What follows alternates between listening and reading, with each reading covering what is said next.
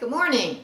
So this morning we're going to take a trip in the Wayback Machine and we're going to start looking at packaging and how it's changed from maybe grandma's time period to ours and current time period. So there have been a lot of changes, mostly for convenience, and we're going to take a look at those. So when you go to the grocery store and you're looking for water, let's say, it's probably going to be in one of these single serving plastic containers, or it might even be in a bigger one that you can take back to the store and refill. But more and more it's in plastic. First of all, have we always purchased drinking water? No.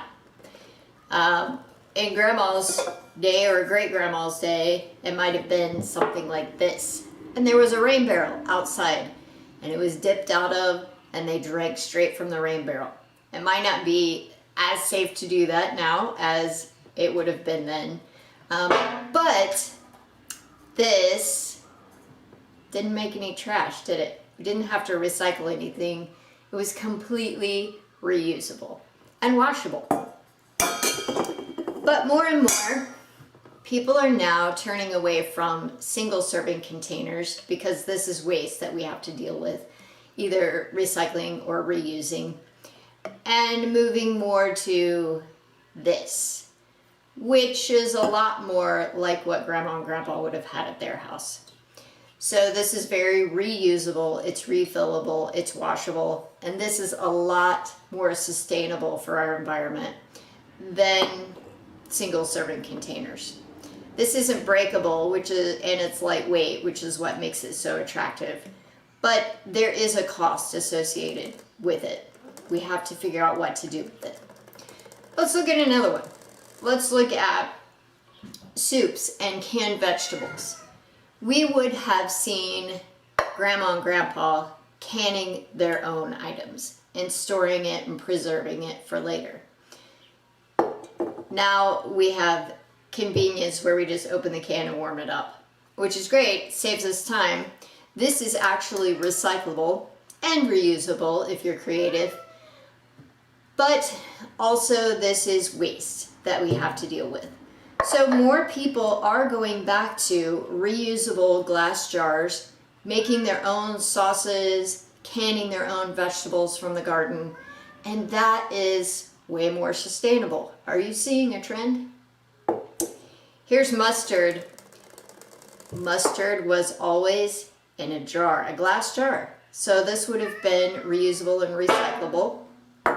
Now it's in plastic. Some are still in jars.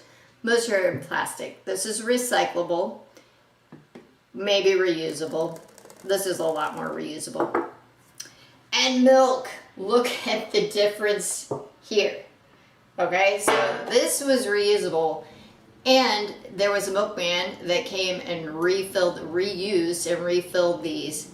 See how much smaller this is than this? We have some portion differences too now, don't we? And I don't know about you guys, but we go through more than one of these a week.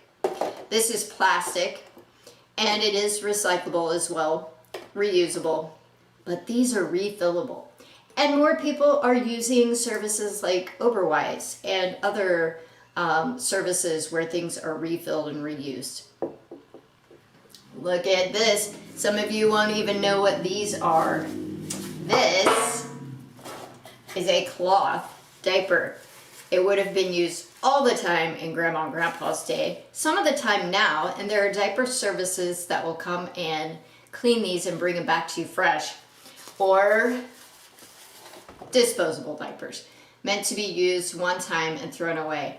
Now, these only make up about 3% of the waste stream, so it's not a huge amount, but we can go to more reusable kind of things if we want to. And then root beer. I thought these root beer jars were really fun. Look at this guy. Reusable.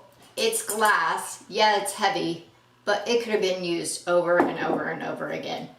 Now we have plastic, or we have glass. Glass is actually a little better choice than plastic. Less impact on the environment, and glass is recyclable over and over and over and over. And then this one is the most fun of all. I remember, this is how old I am. I remember a Charles Chip man who came to the house and refilled the chips. How fun and awesome would that be if you had your very own refillable chip container?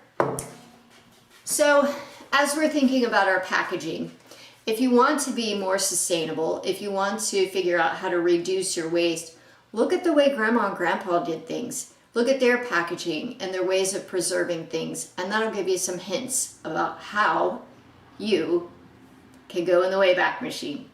Have fun with it. Thanks for watching.